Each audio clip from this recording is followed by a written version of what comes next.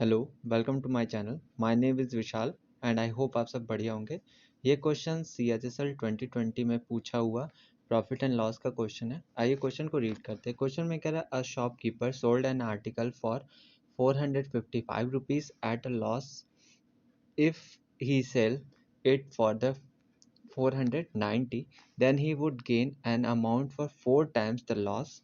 What is the price should he sell the article to gain 25% profit? ये था question.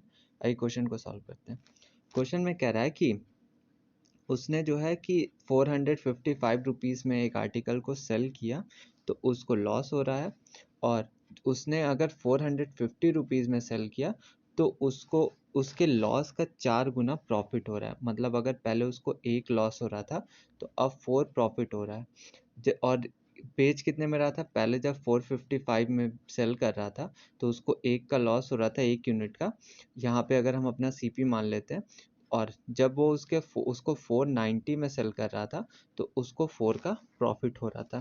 यानी overall उसको क्या हुआ? चेंजेस आया, 5 का चेंजेस आया। ये +4 है, ये -1 है, यानी कि 5 का चेंजेस आया। और यहाँ पे हम चेंजेस देखेंगे तो कितना है? 35 का चेंज आया। यानी कि ये 5 की वैल्यू कितनी है? 35। तो 1 की वैल्यू कितनी हो गई? 7। यानी कि 1 यूनिट जो है कम हो रहा था। इसको जब हम 1 यूनिट और ऐड कर देंगे तो ये हमारा कितना हो जाएगा? 5 में 5 और ऐड कर देंगे, +2 ऐड कर देंगे, यानी कि हमारा कितना हो जाएगा? 462। यहाँ पे जो नंबर है हमारा CP जो है वो कितना है? 462। और हमको क्या चाहिए? 25% का प्रॉफिट चाहिए। यानी कि 25% की फ्रैक्शन वैल्यू जो होती है, अगर हम 25% की फ्रैक्शन वैल्यू लिखें तो वो होती है हमारी 1/4। यानी कि 4 पे हमें 1 का प्रॉफिट चाहिए। तो ये 4 है तो इसको 5 में सेल करना चाहिए। 4 की वैल्यू है हमारी 462, तो 1 की वैल्यू हमारी हो जाएगी 115.5, यानी कि 115.5 की वैल्यू हो गई। तो 5 की वैल्यू हो जाएगी हमारी 577.5। यानी कि हमारा जो आंसर है वो कितना है? थोड़ा सा अगर हम इसको इधर रब करते हैं तो जो हमारा आंसर हो जाएगा वो हमारा आंसर आ जाएगा कितना? ये है हमारा 577 रुपीज़ और 50 पैसे। ये हमारा आंसर है। इतने में सेल करने पे उसको 25% का प्रॉफिट होगा। नेक्स्ट क्वेश्चन पे चलते हैं। नेक्स्ट क्वेश्चन में कह रहा है कि when an article is sold at 7/8 of its selling price then its loss is 37%. What will be the profit percentage when the same article is sold as 19/20 of its selling price?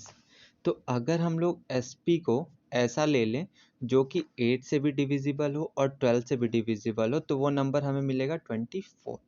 यानी कि हम लोग पहले क्या कर रहे थे? 24 का 7/8 करेंगे तो वो आएगा हमारा 21।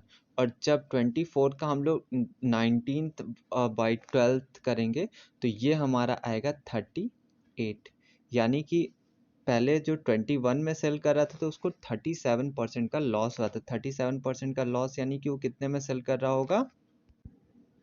63% में, जो कि क्या है? 3 टाइम्स है। तो इसको भी 3 टाइम्स होना पड़ेगा। 38 का 3 टाइम्स हम लोग करेंगे तो आता है 114।